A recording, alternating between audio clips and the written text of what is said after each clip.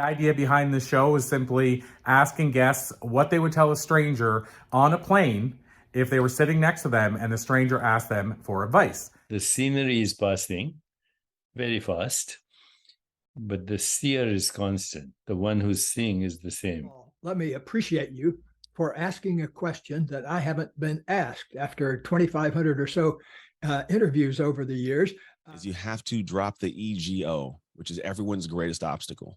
In 2008, Grant and I had been married for 4 years. I was pregnant with my first child.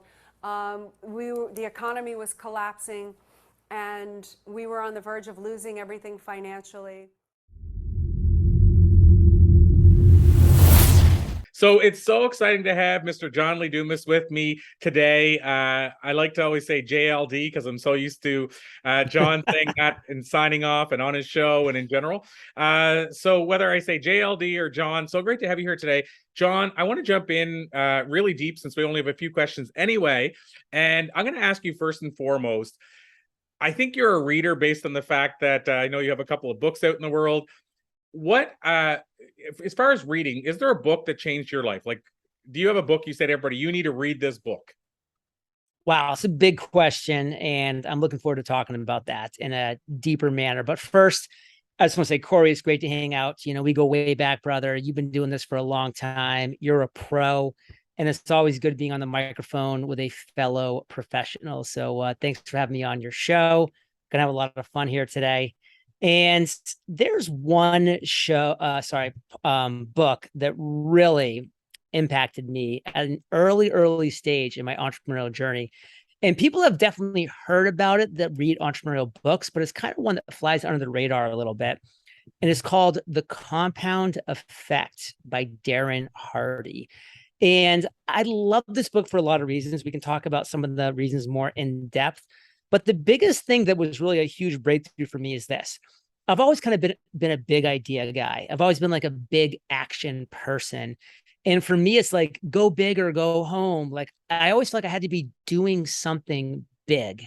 And of course, that's not how you grow a big business, is by doing something big all the time. There's a million micro steps on that journey to building something big. Some of the steps are huge. Some are medium, but there's thousands of these small micro steps. And I hated doing the small things. I hated doing the micro steps. And reading that book made me realize those steps aren't just like good to have. They're absolutely critical in your journey. Those are the small steps that over time will compound into that huge, massive win that you want. So before reading that book, I was this person that would skip doing the small things, that was always negative when I was doing the small things, that just thought I was wasting my time by doing this little tweak or that little thing. And after reading that book, I was a different person mentally. I was like rejoicing and doing those micro things, knowing that I was building something massive towards the end. And it was going to take these million micro steps, these million small actions to get to where I needed to be, but the compound effect of them was going to be magnificent. So I love that, John, and I was smirking as soon as you started sharing that, because that is a book that changed my life as well. I know we've never talked about that. No, and it's wild because wouldn't have expected you to go there, so I didn't think that was going to be the book. I remember when I first read it, the penny experiment. I hadn't heard that before. I know it's probably been shared a million times, but the idea of taking a penny every day for 30 days versus whatever the number was, $1.5 million, and him showing the compound of the penny by the end of the 30 days was well. And, you know, by the time I got to the 26th day, it was like you were into almost $1 million. So then, of course, the next 4 days was massive.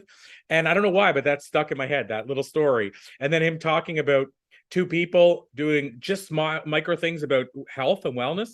And he said about like at the end of whatever it was, 6 months, just the difference between just like this person eating a cheeseburger once a day, this person eating healthy once a day, and the micro, as you said, effects of all that. So that book stood out to the point where there's not many books I can tell you parts of them after, like, the last time I read it's probably 5 years ago.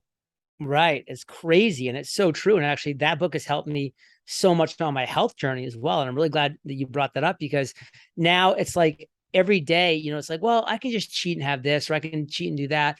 But you start to realize when you really get into health and wellness that like after 6 and sometimes 9 months, your body's like completely like been reproduced based on what you've done over the past 6 to 9 months. Not to mention, once you get to like 6 to 9 years, your organs have now completely regenerated based on what you've been consuming over that time. So, you can be quite unhealthy right now, but if you do the small things right every day, in 6 to 9 years, you will literally, not figuratively, literally be a different person. Now, before we move on, have you read the book The Slight Edge by Jeff Olson? I have as well. Yeah. It's a great follow-up or even prequel, because Jeff Olson was actually Darren Hardy's mentor. So he wrote the book The Slight Edge. Darren Hardy read it, was inspired by it, hired Jeff Olson to be his mentor. And then after years, Darren Hardy went off to, his levels of success, and then wrote the book, The Compound Effect. And it was, really heavily influenced by The Slight Edge, which has a lot of similar concepts. Yeah, it's amazing. I mean, I'm fascinated by that because I loved what Darren did with Success Magazine, and I was sort of on a very minor scale following a similar pattern, becoming obsessed with interviewing people and learning what made them tick. And so, yeah, so I love that book. Fan of Darren Hardy's work as well. Let me switch gears. I want to ask you this main question I wanted to ask you today, which I've been calling the passenger question. But basically, you're on a plane, John, sitting next to a stranger. They lean over and say, "Hey, I'm just starting my journey. What do you got for advice?" I'm just doing it very plainly, but if they ask you for some life advice or business advice, whatever that looks like, what do you think you might tell the stranger on a plane? So last year, I published my first and maybe only traditionally published book, The Common Path to Uncommon Success. That book is a 17-step roadmap to financial freedom and fulfillment. And by the way, you can't skip a step. You've got to start at step 1, and you work through that book to get to step 17. You will find financial freedom. You will find fulfillment. I mean, by year 2 of Entrepreneurs on Fire, which, by the way, I launched 10 years ago, by year 2, it was a multi-million-dollar company. And it's been that every single year since. So I know something what I'm talking about. But to answer your question directly, that's the big answer. I would literally hand them that book and say, read this book, because it's not my genius from these past 10 years of running a multi-million-dollar business. It's the genius of the now 3,700 guests that I've interviewed for Entrepreneurs on Fire that I've learned what they have shared with me. But to that person that's next to me, I would say one sentence, and this one sentence sums up the entire book in a nutshell. Become the number one solution to a real problem in this world. Become the number one solution to a real problem in this world. And that sounds a lot more difficult than it actually is, because people are thinking, I can't become the next Amazon or the next Netflix. And no, you can't. And that's not the point of it. The point is to find a problem that's not being solved, to find a void in the marketplace, to find an underserved market, and become the number one solution to that problem. Because people, Corey, and this is true, will beat a path to the doorstep of the number one problem in this world to get the solution to their number one problem in this world.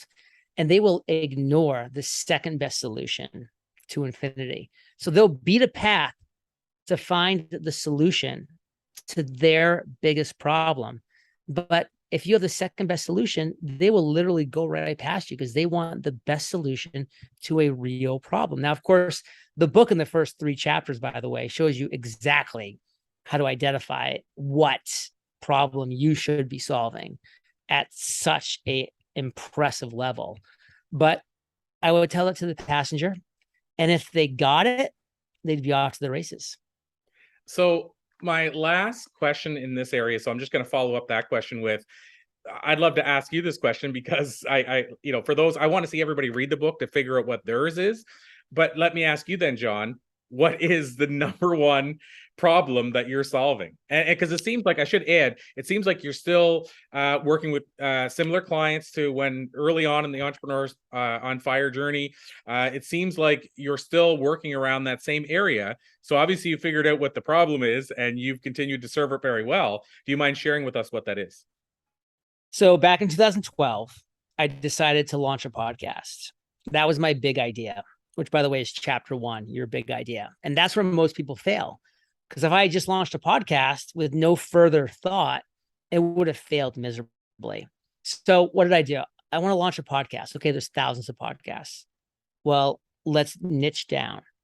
I want to launch a business podcast. Okay, there's 800 business podcasts. Well, if I niche down again, there's 7 business podcasts interviewing entrepreneurs.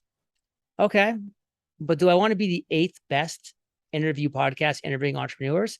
Because of course I would have been the 8th best when I launched because I was bad at podcasting. No. So what is something that they're not doing? What's a void in the marketplace? What's an underserved niche?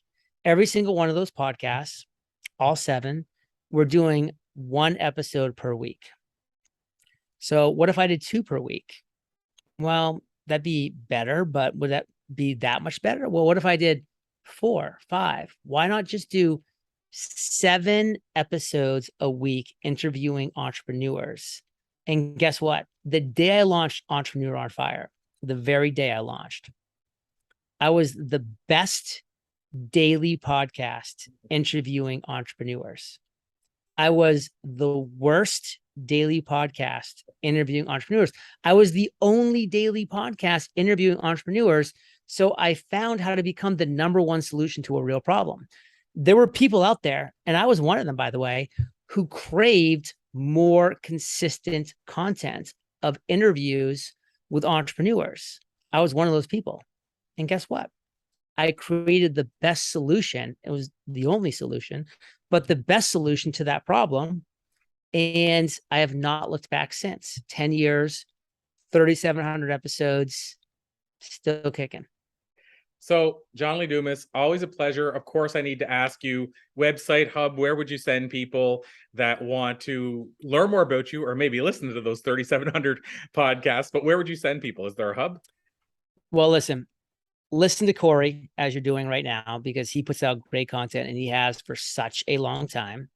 But we both know that the average podcast listener listens to 7 podcasts. So I would love to be one of your 7. So if you want to hear somebody say about instead of a boot, check out Entrepreneurs on Fire.